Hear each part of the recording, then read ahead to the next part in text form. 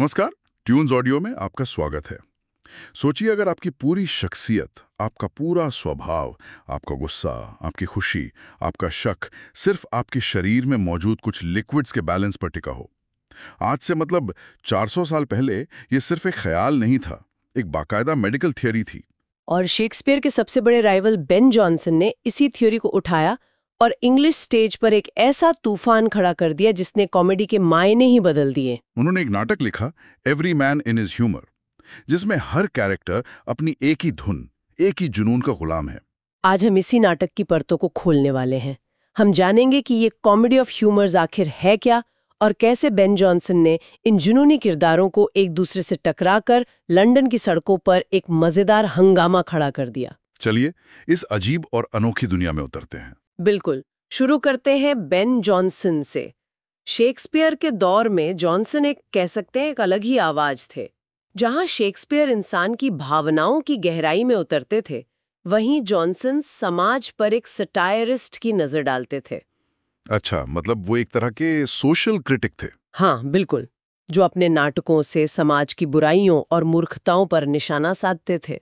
और every man in his humour जो 1598 में आया, वो उनका पहला बड़ा हिट था। और दिलचस्प बात यह है कि इसे शेक्सपियर की ही कंपनी लॉर्ड चेम्बरलिन्स ने परफॉर्म किया था, और कहते हैं कि शेक्सपियर ने खुद इसमें एक रोल निभाया था। जी हाँ, ये बिल्कुल सही है। और इसी नाटक से उन्होंने कॉमेडी ऑफ द ह्यूमर्स की शुरुआत की। ये आइडिया मतलब प्राचीन ग्रीक मेडिसिन से आया था कि इंसान के शरीर में 4 ह्यूमर्स या तरल पदार्थ होते हैं: खून यानी ब्लड, कफ, फ्लेम, काला पित्त ब्लैक बाइल और पीला पित्त येलो बाइल। और माना यह जाता था कि अगर इनमें से किसी एक की भी मात्रा बढ़ जाए तो वो इंसान के स्वभाव पर हावी हो जाता। एग्जैक्टली, जैसे ज्यादा ब्लड आपको बहुत ज्यादा खुश मिजाज बना देगा और ज्यादा येलो बाइल आपको गुस्सैल या कोलेरिक बना देगा। तो जॉनसन ने सोचा, क्या हो अगर मैं ऐसे किरदार बनाऊं जिनमें ये सेटिंग्स पूरी तरह से आउट ऑफ कंट्रोल हों। बिल्कुल, उन्होंने हर किरदार के एक ह्यूमर को 100 पर सेट कर दिया और फिर उन्हें लंदन शहर में खुला छोड़ दिया ये देखने के लिए कि क्या होता है। और जो होता है वो है प्योर कॉमेडिक केओस। तो चलिए इन किरदारों से मिलते हैं। एक्ट 1 की शुरुआत होती है एक पिता पुत्र की क्लासिक लड़ाई से। ओल्ड नोल, एक संजीदा पिता, अपने बेटे एडवर्ड को लेकर परेशान है। हाँ, क्योंकि वो आइडल पोएट्री यानी उनके हिसाब से फालतू की शायरी में डूबा रहता है। और उस दौर में ये एक सीरियस चिंता थी। पिता चाहता है बेटा कोई ढंग का काम करे और बेटा कला में खोया है। एडवर्ड नोएल खुद भी थोड़ा कंफ्यूज लगता है। वो कहता है, hang me if I know what to say. Old novel की चिंता तब और बढ़ जाती है जब उनके हाथ बेटे के नाम एक खत लगता है। ये खत लंदन के एक बिंदास नौजवान वेल ब्रेड ने लिखा है, जो एडवर्ड को मौज मस्ती के लिए ओल्ड जूरी बुला रहा है। ये पढ़कर तो नोवेल के कान खड़े हो जाते हैं। वो उस जमाने के युवाओं के बारे में कहते हैं, O manners that this age should bring forth such creatures. मतलब, हे भगवान, इस दौर में कैसे कैसे लोग पैदा हो रहे हैं। और वो अपने बेटे की जासूसी करने का फैसला करते हैं। लेकिन यहाँ एक ट्विस्ट है। उनका नौकर ब्रेनवर्म एक नंबर का शातिर खिलाड़ी है। हाँ, वो ये खत एडवर्ड को दे देता है और ये भी बता देता है कि उसके पिता ने इसे पढ़ लिया है। ब्रेनवर्म का किरदार इन सबसे अलग है। नोवेल उसके बारे में कहते भी हैं, he is a fellow that lives by his wits. वो अपनी अक्ल से जीता है, किसी ह्यूमर का गुलाम नहीं है। और उसका मोटो भी बड़ा दिलचस्प है, a gentleman must show himself like a gentleman. लेकिन वो ये काम धोखे और चालाकी से करता है। बिल्कुल। तो एक तरफ ये पिता पुत्र का ड्रामा चल रहा है और दूसरी तरफ लंदन के कुछ और भी नमूने हैं, जैसे मास्टर मैथ्यू, एक मूर्ख शहरी जो दूसरों की कविताएं चुराकर खुद को बड़ा कवि साबित करने में लगा रहता है। और मेरा पसंदीदा कैप्टन बोबरडील। कैप्टन बोबरडील वो आज के दौर का वो इंसान है जो हर पार्टी में अपनी झूठी सैनिक कहानियां सुनाता है, बड़ी बड़ी डींगे हाँकता है कि कैसे वो अकेले पूरी सेना को हरा सकता है, लेकिन असल में वो एक नंबर का डरपोक है। तो ये सारे किरदार अब स्टेज पर आ चुके हैं। अब कहानी का केंद्र बनता है किटली का घर, जो एक कपड़ा व्यापारी है। और यहां हमें नाटक का सबसे मजबूत और खतरनाक ह्यूमर देखने को मिलता है, जेलसी। हाँ, शक। किटली उस दौर की सोच के हिसाब से ब्लैक बाइल यानी काले पित्त का शिकार है, जिससे इंसान शक्की और उदास हो जाता है। वेल ब्रेड उसी के घर में ठहरा हुआ है और किटली के दिमाग में ये जहर घुलने लगता है कि उसकी पत्नी डेम किटली का वेल ब्रेड के साथ कोई चक्कर है और वो अपनी जलन को बुखार का बहाना बनाकर छुपाता है। अच्छा, और कहानी में दूसरे किरदार भी हैं जो इस पर टिप्पणी करते हैं। डाउनराइट जैसे, जो वेलब्रेड के दोस्तों को देखकर कहता है, हियर्स अ वाइज यूथ। एक तरह का व्यंग है ये। बिल्कुल। इसी बीच ब्रेन वर्म अपना खेल शुरू करता है। वो एक भिखारी सैनिक का भेष बदलकर ओल्ड नॉवल पर नजर रखने निकल पड़ता है, जो अपने बेटे की जासूसी कर रहे हैं। और वो ओल्ड नॉवल को धोखा देकर उन्हीं का नौकर बन जाता है। हाँ, और अपनी चाल कामयाब होने पर वो खुश होकर कहता है, this is rare, I have gotten my desires. दूसरी तरफ एडवर्ड नोवेल अपने पिता के उलट काफी समझदार लगता है। वो कहता है, I love not to be girled with my own desires. मतलब वो अपनी इच्छाओं से धोखा नहीं खाना चाहता। सही कहा। अब कहानी वापस किटली के घर आती है। उसका शक एक जुनून बन जाता है। वो अपने बिजनेस पर भी ध्यान नहीं दे पाता। वो अपने नौकर कैश को घर पर पहरेदारी के लिए छोड़ जाता है। और यहाँ जॉनसन समाज पर भी कमेंट कर रहे हैं। किटली कहता है, he shall have enough to keep him in fashion. उस दौर में दिखावा कितना जरूरी था। और जेलसी का थीम और गहरा होता है। कोब, जो एक पानी भरने वाला है, वो कहता है, there is no greater plague to a man than to be tied to a jealous wife. मजे की बात यह है कि नाटक में पति जेलस है। और फिर खुद किटली, जो विडंबना है, वो कहता है, ओ जेलसी, दैट फूलिश वाइस। हे जलन, क्या मूर्खतापूर्ण बुराई है, जबकि वो खुद उसी में डूबा हुआ है। बिल्कुल। अब आता है एक्ट 3, जहां गलतफहमियां और बढ़ती हैं। वेल ब्रेड और उसके दोस्त पहुंचते हैं और हंगामा करते हैं। बॉबाडिल कोब को टबैको के धुएं पर झगड़ा होने पर पीट देता है। और कॉब भी इस जेलसी से तंग आ चुका है।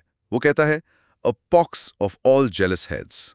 हाँ, और किटली का नौकर कैश अपने मालिक के बारे में कहता है, this is the disease of the jealous. वो देख सकता है कि उसका मालिक बीमार है, पर किटली खुद नहीं देख पाता। इसी हंगामे में मैथ्यू अपनी मूर्खतापूर्ण कविताई में कहता है, humour is a baby still that cannot choose but cry. जैसे वो अपने ह्यूमर को जस्टिफाई कर रहा हो। और उधर गुस्सैल डाउनराइट अपने ह्यूमर को स्वीकार करता है। वो कहता है, I will be angry without any cause. उसे कोई वजह नहीं चाहिए गुस्सा होने के लिए, उसका स्वभाव ही वैसा है। और इस सब के बीच किटली का इनकार तो कमाल का है। वो कहता है, I am not of the jealous kind. Johnson यहां दिखा रहे हैं कि कैसे एक ह्यूमर इंसान को अंधा बना देता है। वो अपनी ही सच्चाई नहीं देख पाता। बिल्कुल। और अब नाटक का चौथा एक्ट आता है, जहां ये सारा भ्रम और केओस अपने चरम पर पहुंच जाता है। डाउनराइट और वेलब्रेड में तो तलवारें खिंच जाती हैं। और वेलब्रेड एक चाल चलता है जिससे किटली और उसकी पत्नी दोनों को एक दूसरे पर शक होने लगता है। दोनों एक दूसरे को रंगे हाथों पकड़ने के लिए कॉब के घर की तरफ भागते हैं। सब एक दूसरे के पीछे भाग रहे हैं, हर कोई अपनी गलतफहमी का शिकार है। ये देखकर ओल्ड नोवेल, जो अपने बेटे का पीछा कर रहे थे, कहते हैं, this is monstrous and absurd. ये राक्षसी और बेतुका है। उन्हें समझ नहीं आता कि ये हो क्या रहा है। ये पागलपन इतना बढ़ जाता है कि कॉब कहता है, a man may be mad and not know it. एक आदमी पागल हो सकता है और उसे पता भी नहीं चलता। और यही इस नाटक का सार है। हर किरदार अपने ह्यूमर के पागलपन में जी रहा है। इसी बीच ब्रेनवॉर्म एक और भेष बदलता है। इस बार जस्टिस क्लेमेंट के सहायक रॉजर फॉर्मल का। वो अपनी चतुराई दिखाते हुए कहता है, a wise man will make choice of his time. और उधर डाउनराइट बोबादिल को एक लड़ाई में आसानी से डिसार्म कर देता है, जिससे बोबादिल की सारी हैकड़ी निकल जाती है। हाँ, और मैथ्यू अपनी झूठी पहचान से चिपका रहता है। वो कहता है, I will not lose my humour. मतलब वो अपना दिखावा नहीं छोड़ेगा, चाहे जो हो जाए। और किटली अपने पैरानोया के शिखर पर है। उसे लगता है पूरी दुनिया उसके खिलाफ साजिश कर रही है। वो चिल्लाता है, I am abused, mistake and wronged. मुझे धोखा दिया गया, गलत समझा गया और मेरे साथ अन्याय हुआ। तो अब ये पूरा रायता फैल चुका है। हर कोई गुस्से में है, शक कर रहा है या किसी धोखे का शिकार है। इसे समेटेगा कौन? यहां एंट्री होती है जस्टिस क्लेमेंट की। वो इस नाटक के वॉइस ऑफ रीजन है। सारे पात्र अपनी अपनी शिकायतें लेकर उनके पास पहुंचते हैं। और यहां एक्ट 5 में नाटक का क्लाइमैक्स होता है। जस्टिस क्लेमेंट एक पारंपरिक जज नहीं है। वो समझदार भी है और मजाकिया भी। वो एक एक करके इस उलझे हुए धागे को सुलझाते हैं। डाउनराइट न्याय के लिए दृढ़ है। वो कहता है, I am resolute and know what I will do. बिल्कुल। लेकिन एडवर्ड शांति की बात करता है। वो कहता है, good words sir are better than bad strokes. मतलब अच्छी बातें बुरे हमलों से बेहतर हैं। और क्लेमेंट सबसे पहले ब्रेन वॉर्म का पर्दाफाश करते हैं। वो कहते हैं, he has been disguised in all shapes. उसने हर तरह के भेष बदले हैं। लेकिन क्लेमेंट उसे सजा देने के बजाय उसकी चतुराई और विट की तारीफ करते हैं। शायद इसलिए क्योंकि ब्रेन वॉर्म अकेला है जो अपने दिमाग का इस्तेमाल कर रहा है, किसी ह्यूमर का गुलाम नहीं है। और इसी सारी उथल-पुथल के बीच एक अच्छी खबर भी निकल कर आती है। बिल्कुल। पता चलता है कि वेलब्रेड ने चुपके से एडवर्ड और ब्रिजिट, जो किटली की बहन है, उनकी शादी करवा दी है। इस अराजकता के बीच एक प्रेम कहानी भी पूरी हो जाती है। जस्टिस क्लेमेंट सभी का स्वागत करते हैं। Well gentleman, you are all welcome. और फिर वो सबको अपनी अपनी बेवकूफ़ियों का आईना दिखाते हैं। वो किटली को उसकी जलन छोड़ने की सलाह देते हैं, डाउनराइट को उसका गुस्सा, और बॉबिडल और मैथ्यू को उनका दिखावा। अंत में वो एक तरह से नाटक पर ही टिप्पणी करते हुए कहते हैं, in our working we have shown a little art. अपने काम में हमने थोड़ी कला दिखाई है। वो एक तरह से जॉनसन की ही आवाज बन जाते हैं। तो इस पूरी कहानी से जॉनसन का मुख्य टेक अवे क्या है? ये सिर्फ कुछ जुनूनी लोगों की कहानी नहीं है, इसमें कुछ गहरा भी है। बिल्कुल। जॉनसन का असली जीनियस सिर्फ इन मूर्खों का मजाक उड़ाना नहीं है। वो ये दिखा रहे हैं कि कैसे एक ऑब्सेशन, एक ह्यूमर, एक समझदार इंसान जैसे कि व्यापारी किटली को भी एक शक्की और पागल इंसान में बदल सकता है। ये नाटक एक चेतावनी है। और असलियत बनाम दिखावे का थीम भी बहुत मजबूत है। बॉबिडल एक बहादुर सैनिक होने का नाटक करता है, मैथ्यू एक महान कवि होने का, जॉनसन का लंदन ऐसे ही झूठे लोगों से भरा पड़ा है। और ब्रेनवर्म अपनी चतुराई से इन सभी का पर्दाफाश करता है। वो दिखाता है कि जो लोग अपनी एक पहचान से चिपके रहते हैं वे कितने कमजोर होते हैं। ब्रेनवर्म जिसके पास कोई एक ह्यूमर नहीं है, वो किसी भी रूप में ढल सकता है और इसीलिए वो सबसे शक्तिशाली है। तो every man in his humour सिर्फ एक कॉमेडी नहीं है, बल्कि एलिजाबेथन लंदन के समाज का एक आईना है। जॉनसन हमें तर्क और समझदारी का रास्ता दिखाते हैं जो जस्टिस क्लेमेंट के किरदार में नजर आता है। सही कहा। और ये बात आज भी उतनी ही प्रासंगिक है। आज भी हम देखते हैं कि कैसे लोग एक ही विचार, एक ही पहचान या एक ही ऑब्सेशन के पीछे पागल हो जाते हैं।